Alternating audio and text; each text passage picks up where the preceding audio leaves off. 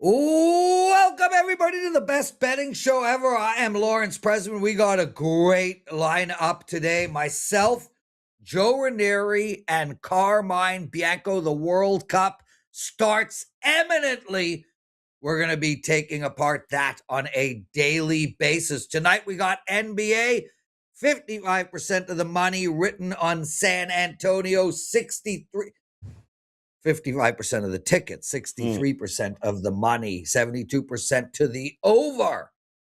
That's where it stands right now. The line is dropping. There's -1.5 on tap. Before we get into that, though, Joe Ranieri, how was your weekend? It was good, Prez. Very strange that a Sunday comes and goes and there's no NHL final, there's no NBA final.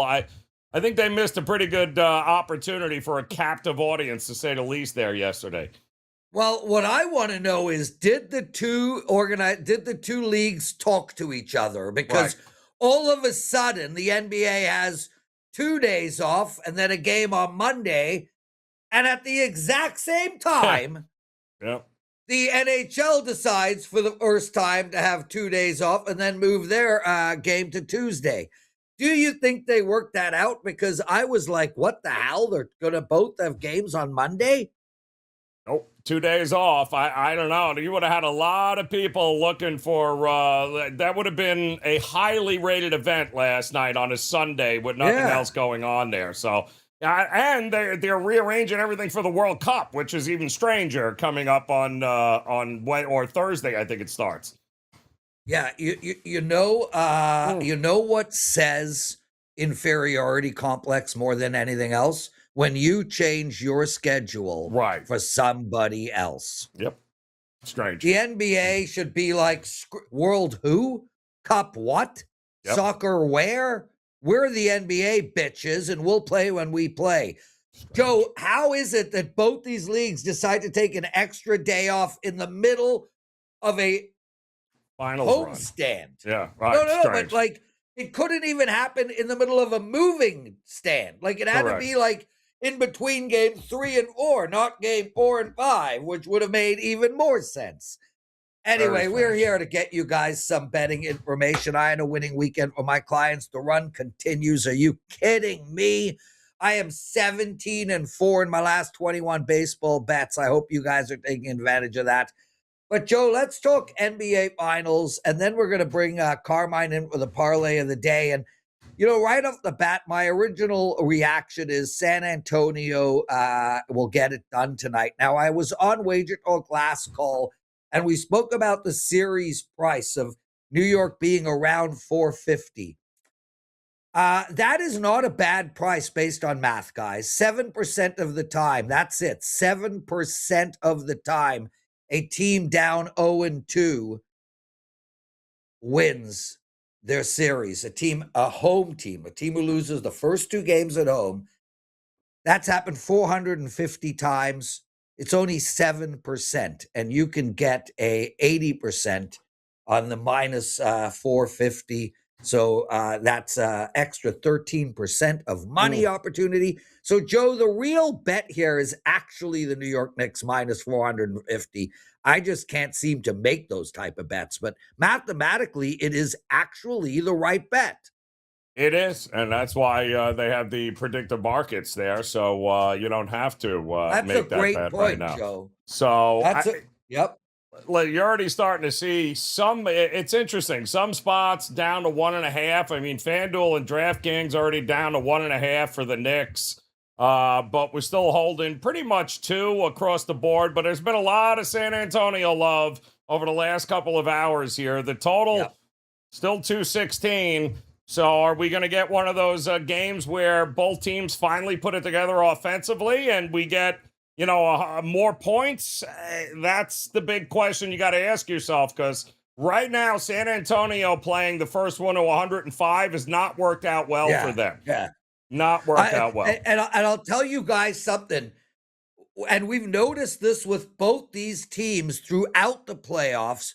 There are major lulls in these games. There are going to be some really great in-game betting opportunities Yep. Both these teams are going cold for long stretches of time, only to then hit 5 threes in 2 minutes and fix it all.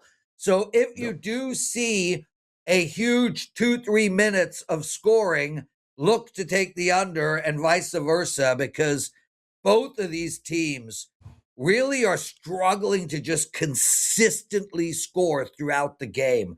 Yep. I do want to explain what I was talking about a little bit better. So there have been 450 opportunities where a team is down 0-2. 450 opportunities. There have in the been playoffs 30, you're talking about. Yeah, in the NBA playoffs. Right.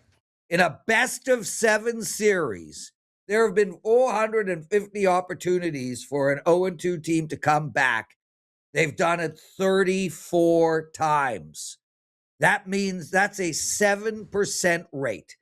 So based on a sample size of 450 opportunities, San Antonio has a 7% chance of getting it done. Yet, minus 500 equates to an 83%. So the New York Knicks, by math, have a 93% chance of winning, utilizing the 450 as our benchmark data points.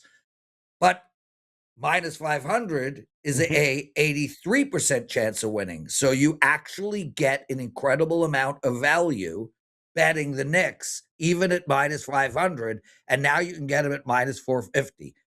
Joe,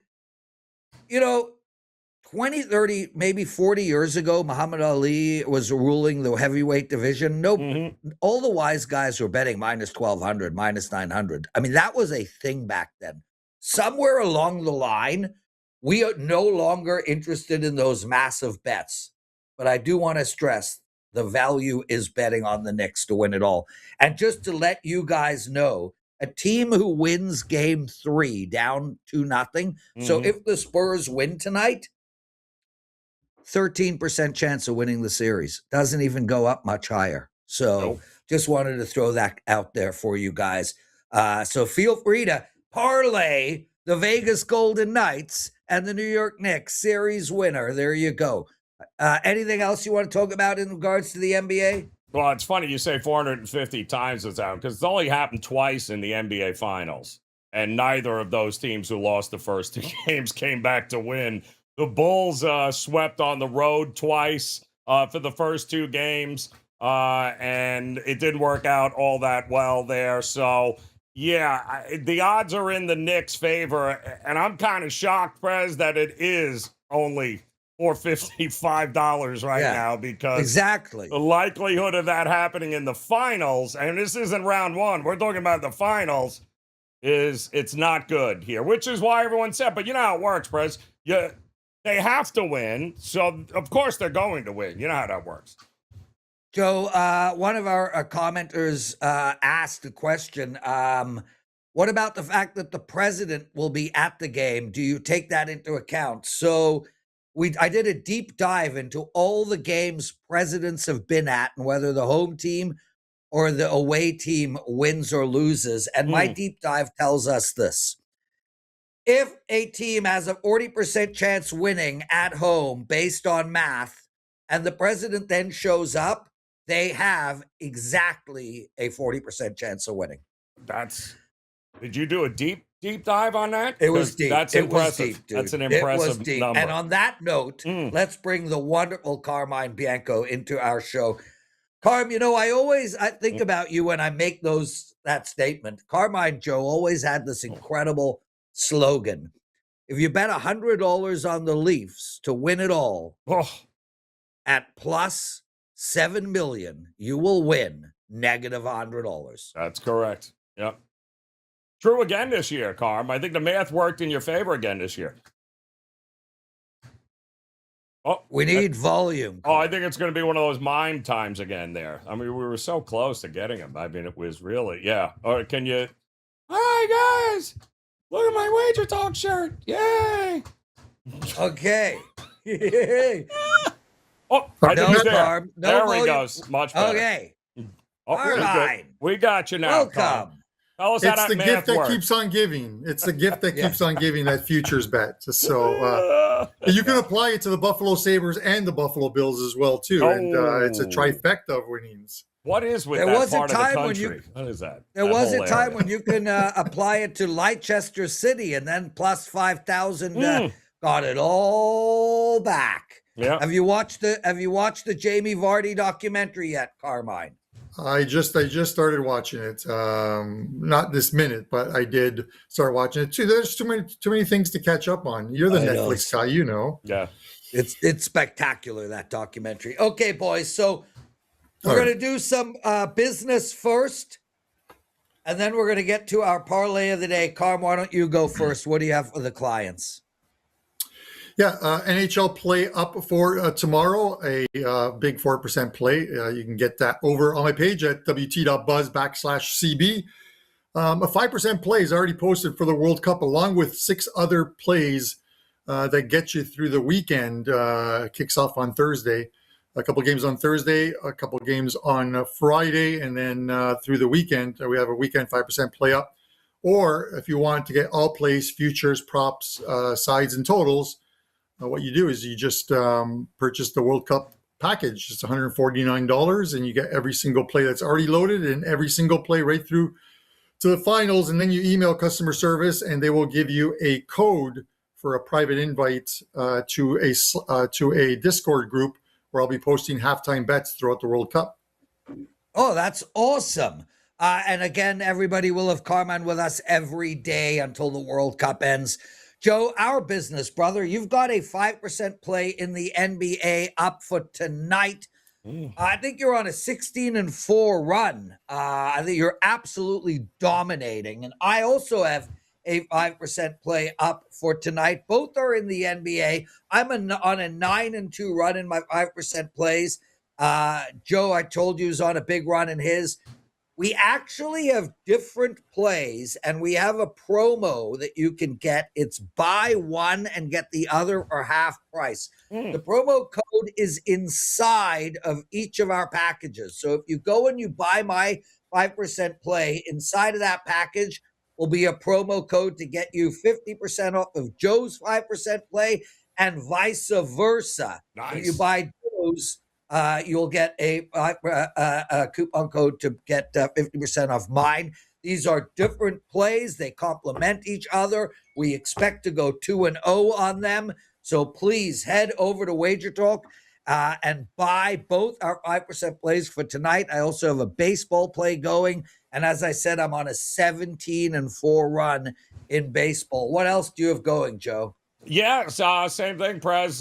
Baseball locked, loaded again here today. I think it's now, and don't, guys, you got to go to the page one way or the other. At least go look at the free plays. I think 10-0 now on free plays in Major League Baseball, Prez. My last 10 free plays have cash. So go over, guys, check it out. Pick up the 5%ers in the NBA. Take the discount. Get 2 5% plays here tonight, along with those Major League Baseball plays. That's the way to do it, Prez. Brother, let's get to our parlay of the day. I will go first. In keeping with the Toronto Blue Jays, I'm going to take over 7.5 runs. Corbin versus Sanchez, over 7.5 runs. Carmine Bianco, what is your leg of our parlay of the day? Well, the World Cup doesn't start till Thursday. We can find a game today. Netherlands are playing their final tune-up game against Uzbekistan. Netherlands completely, they're going to want to win here, and they're going to want Manager Coleman's going to want to win by margin. They lost on a late goal at home in Amsterdam, 1-0 to Algeria. They weren't happy about that, even though the XG was 219 to 0.48. Uzbekistan lost to Canada, a Canada team that's a little watered down at the moment. Yeah. And they lost 2-0 in that one. So I fully expect Netherlands to win probably by 3+ goals. You can get them -1.5 plus -150. That makes so much sense, especially how bad Uzbekistan looked against Toronto. Just really couldn't carry the play. Joe, your third leg? Third leg here is going to be the Tampa Bay Rays over the Boston Red Sox here. Red Sox coming over that loss in the Bronx, heading down to Tampa, who has been tremendous at home.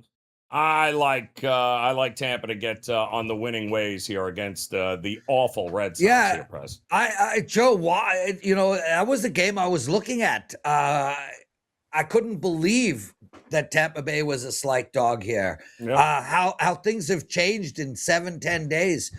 Guys, remember, you buy low, you sell high, or you come over to my house and just get high, but that's a different conversation. Good point. Okay, let's get to our predictive markets. And Joe, let's start with Bitcoin, and then I want to talk a bit of NHL with Carmine with us, and we'll also talk some predictive markets for the World Cup. So Bitcoin is now on a rise. It did get all the way down to 59 over the weekend. We are seeing an uptick of 63.8. I think we keep seeing an increase. I'm going to go with yes at 57 cents at 63.75. Ooh. And a slight yes at 44 cents at 64,000. I like the momentum. Michael Slayer just purchased $100 million worth of Bitcoin. That's Strategy. We saw last week that Strategy sold 34 Bitcoin pieces for the first time in years. What happened after that sale? We saw a massive $10,000 plummet. Well, they're back and buying. So I expect to see the inverse of a plummet. I'm going with over the total, Joe. You're going double total here. So over 63,750 and over 6,400. Yeah, split them up. Split those bets up. Yep, by 5 o'clock today. You know today. what, Joe? I got no issue with the third one, too, dude. I'm looking at that, too, right? Yeah, like I say, if you're going to do a 3% bet, 1% on each one of those, I expect Bitcoin to run slightly hot for the next few days. So let's see what happens there. Let's get to some World Cup or some NHL. You pick. Well, we'll go NHL. Let's take a look at what the markets are saying right now. And what a difference a couple of games makes here. Now Vegas, 63 cents to end up winning it all. Carolina hovering right around that 38-cent mark. And we said it. It opened up 60-40 Carolina. Then Vegas won. It flipped. It went 60-40. Now Vegas is up again here, and they're still just about 60-40. So this is going to be, I think, your last opportunity to buy low on Carolina in the series. Unless, of course, you think, I hope it goes 7. But this is your last opportunity to get any value here on Carolina. Unless they lose. And, Carm, I'm going to go to you. But I'm not betting them to win or lose. I'm just betting them to reprice on 38 cents. Yeah, no, and I'm with you. And that's what I'm going to talk to Carmine about. Carmine, we had Carolina at minus 150 to win the series. And they were about 60-something% to win on Kelce. After Vegas won game 1, it completely flipped, and Vegas was in the mid-60s to win. If Carolina wins tomorrow night's game, and it's not crazy to think they will, it's zigzagging right now. They had a monster comeback in game 3.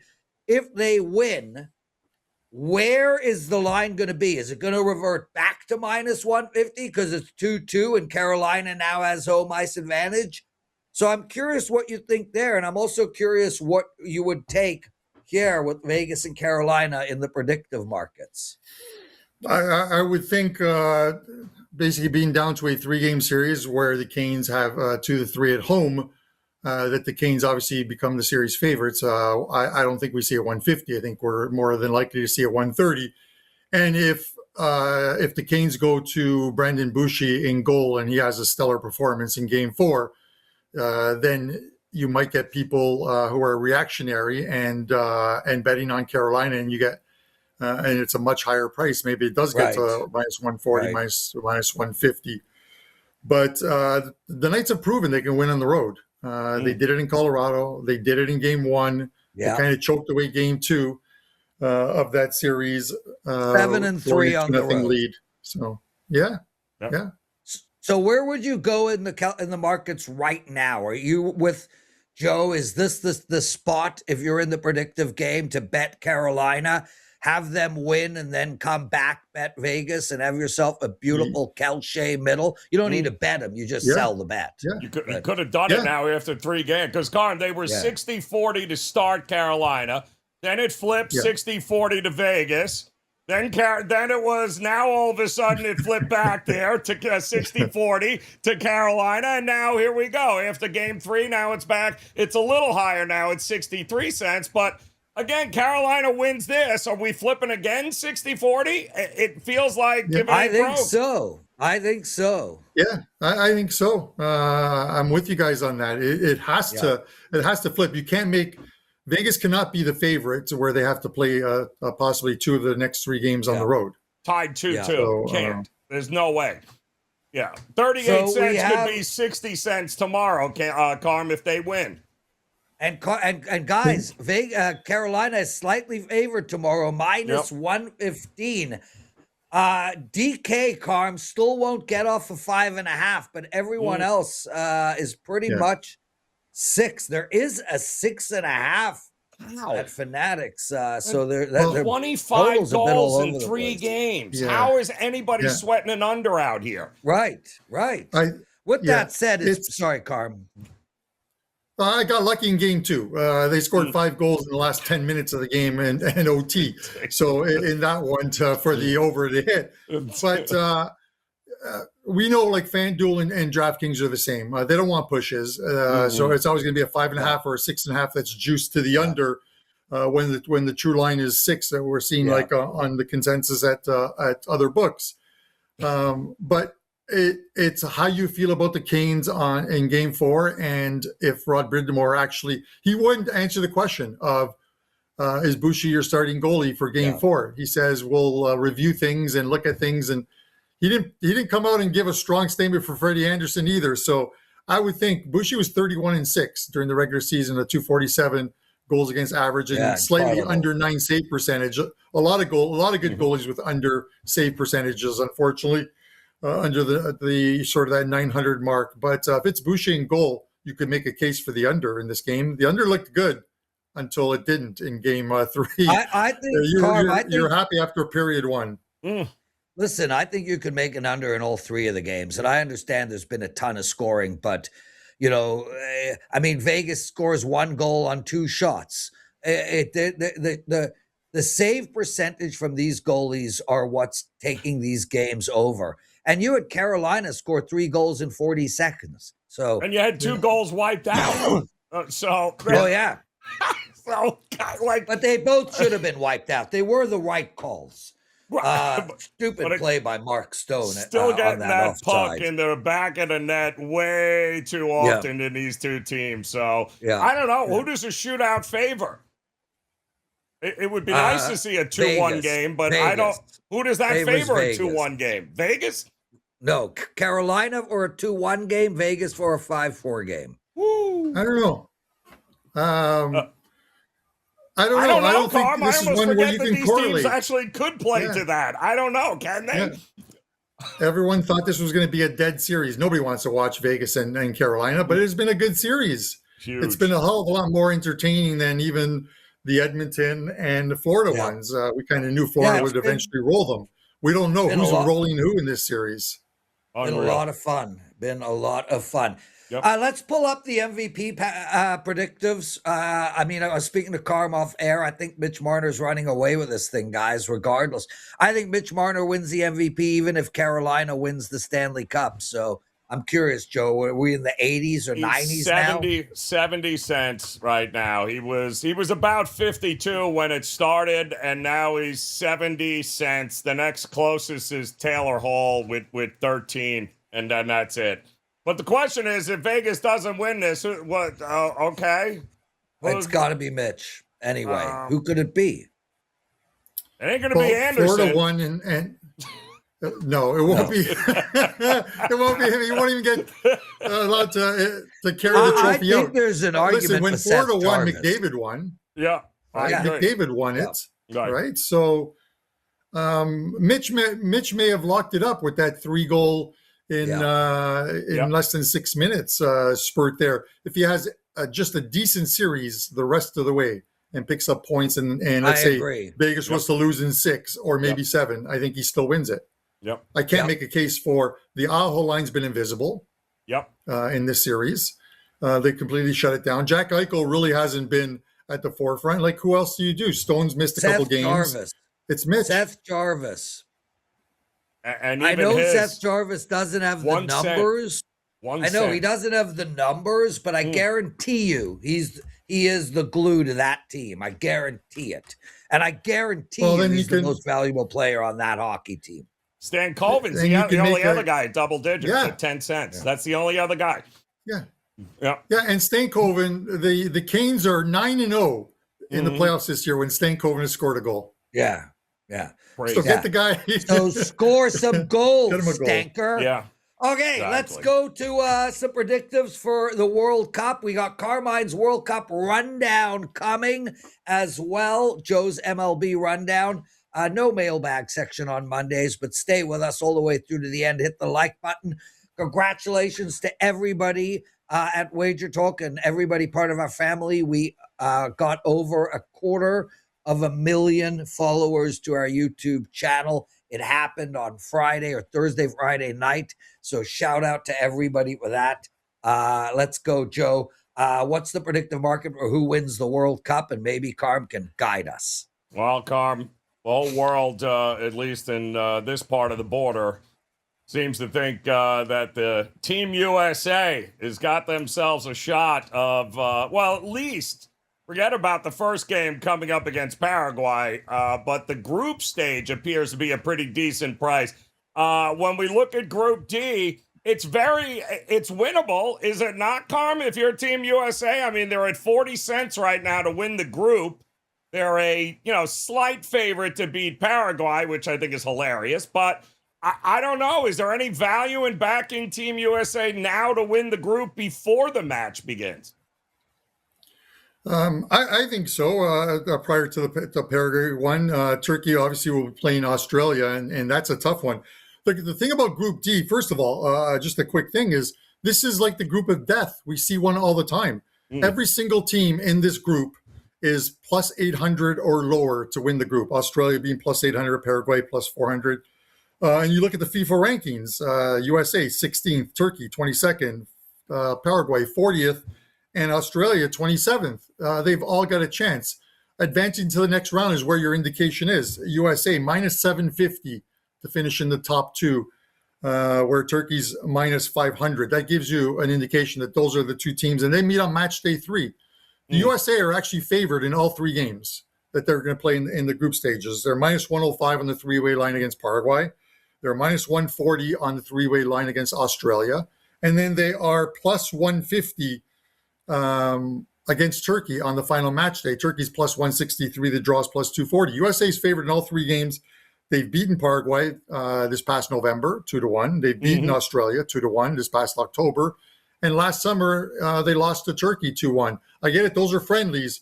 But if you look at the lineups, Mauricio Pochettino has pretty much used a majority of the guys who are on the squad now in those games, getting them ready for this showcase in the U.S. At plus 140. I would take the USA, or at 40%, as you're talking about in the markets. Yeah, I love it. So that's our group.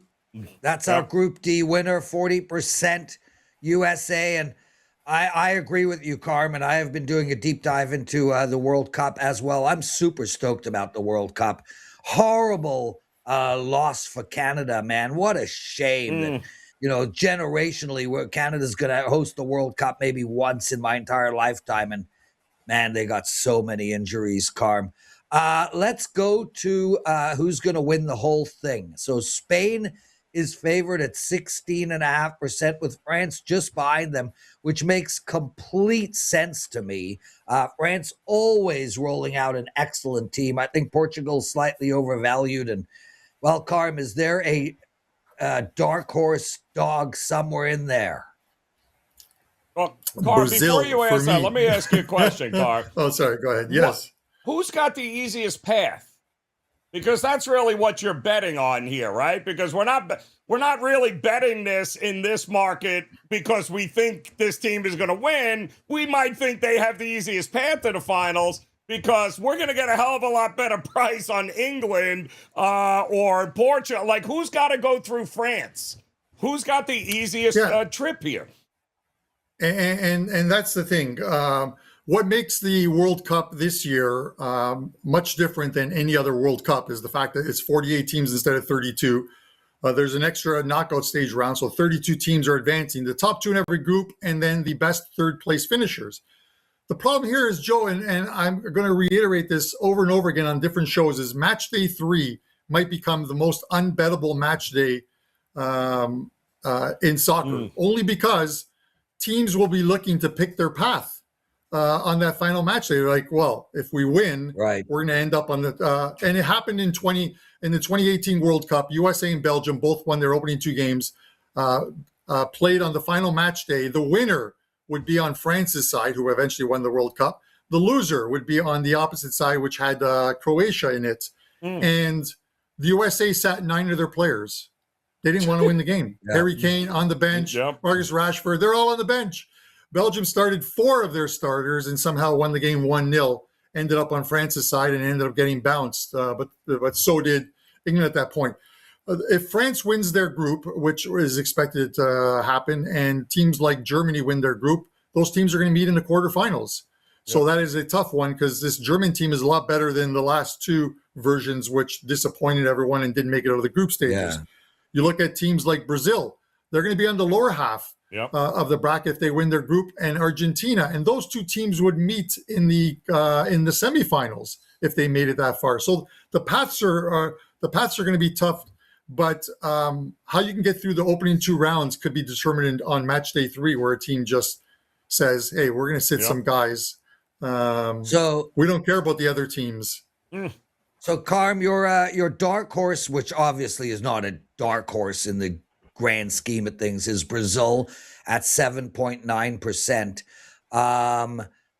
Czech Republic, Czechia, whatever you want to call them. I mean, they just, every World Cup, they surprise us. I didn't see them on that list. I know their star player is close to done, but is this Czech team going to show up and make the semis again? Let's see. I think you're thinking about Croatia. Croatia, not Croatia. Croatia. Yeah, right. And I know, and you're right. You're talking about Luka Modric, and Modric. Oddly enough, he scored yesterday in a friendly in a game that they won 2-1. 1%. 1% for Croatia. Wow, look at that. Yeah. And this is a team that every World Cup finds themselves in the semis over the last little while somehow. Yeah. It is. Prez, it's a little tougher this year because they're in a group, obviously, with England.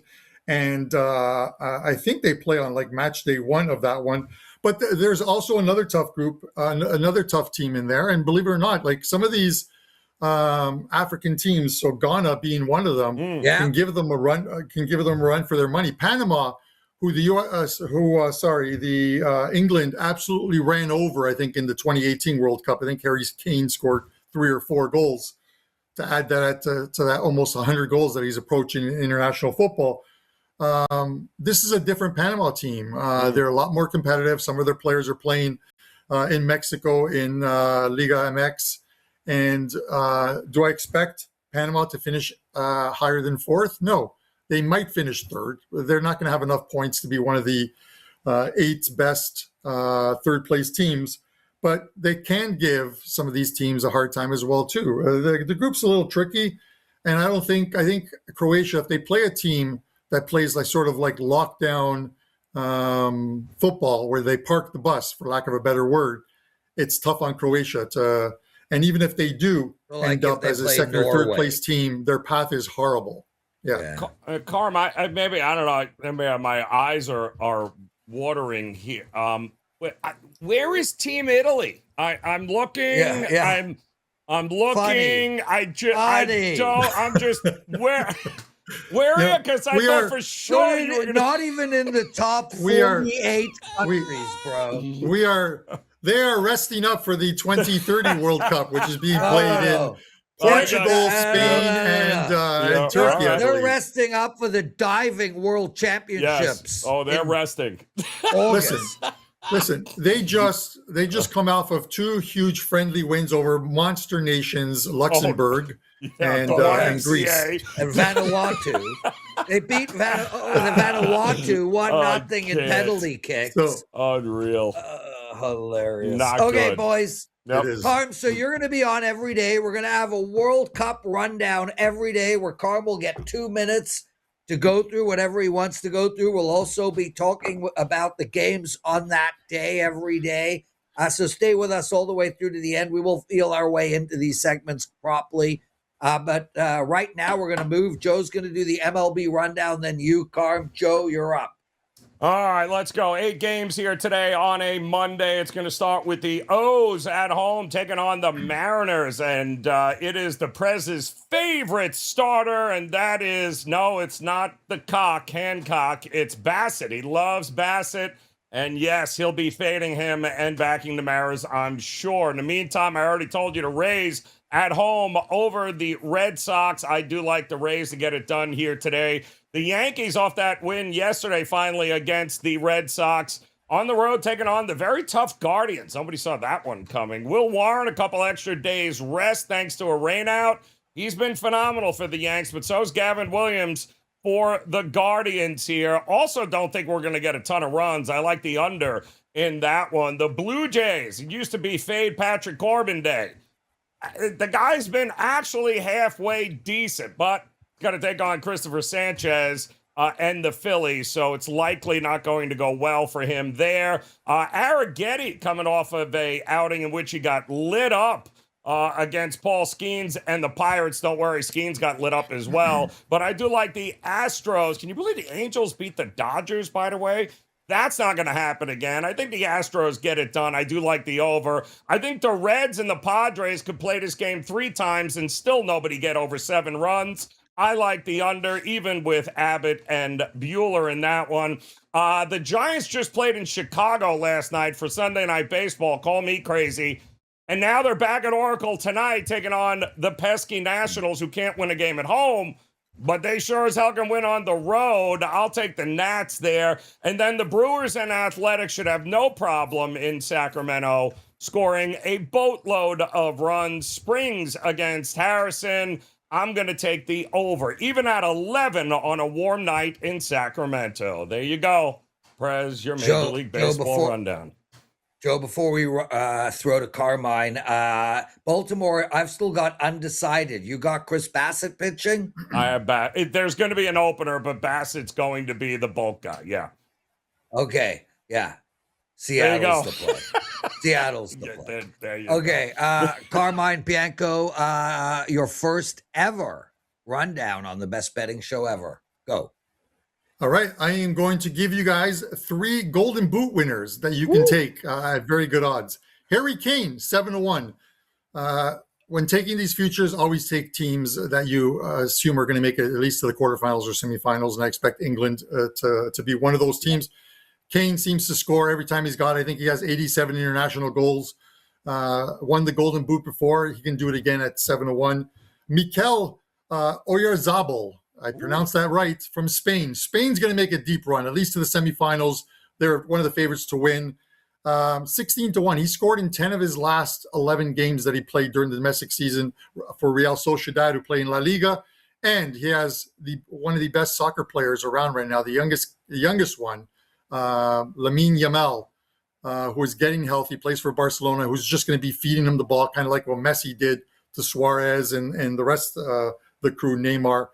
And then the final one, Luis Javier Suarez. Now, when I say Luis Suarez, it's not the guy who bit people's ears. It is a different Luis Suarez. This one plays for Colombia, and Colombia is my dark horse in this tournament at 40-1. I think they're going to make a deep run in this tournament, and this guy scored 40 goals during the domestic league season while playing at Benfica, not only in the Premier Liga, but in Champions League and then domestic cup as well, too.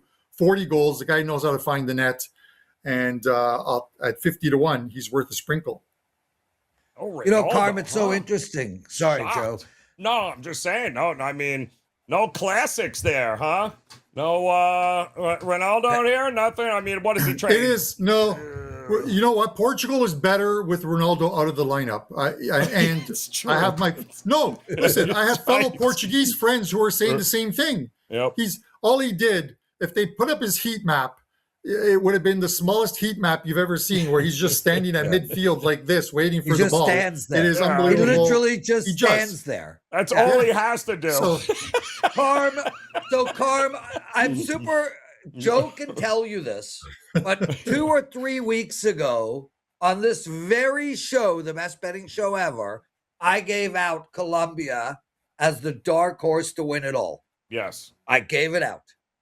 So I'm so glad you did the same. Yeah. I think his name is Hames or Schmames or Calames, but it's not pronounced James. Jaime Rodriguez. Jaime, yes. Jaime Rodriguez. Plays for the Minnesota United now. Yeah, any chance we're going to see him resurrect an incredible career and go off? No, but the word, the thing around the Colombia camp, and everyone is excited about being there. But he plays midfield. He's the captain of the team. He inspires them. And this is his farewell song. And he's got his swan song, and he's got to get behind Messi and Ronaldo, unfortunately.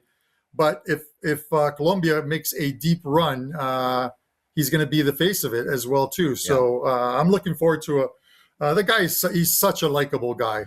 Yeah, he's so and my wife likes him. Separate off topic. He seems to be handsome according to the females. Okay. I don't know what it is, man. Oh, there you go. There's my wife. Okay. So that's where we're at. That's the show. Is there anything else you want to talk about, Carmine? No, that's it. Like I said, head over to WagerTalk. You can grab all of the stuff there. Throw in that last little bit of business, but I'm looking forward to it. I am going to the game on Friday.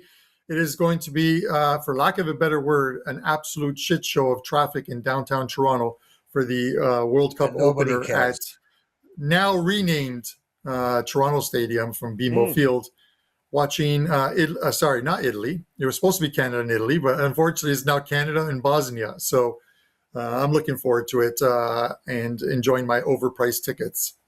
Okay, Carm, you will not be this long moving forward. Monday's show is usually pretty relaxed. We're going to keep everything tight. Right. We'll see you tomorrow. Joe Ranieri, you and I both, the 5% plays up in NBA. They are different plays. You guys can get one, and inside of the package is a coupon code that gives you 50% off the second play. So buy mine, get 50% off Joe's. Buy Joe's, get 50% off mine. Let's do this all together. Let's win together. Celebrate tomorrow. Joe, tomorrow is my last show for a couple of weeks. Art to Caesar and Carmine will be with us. We'll see you all tomorrow.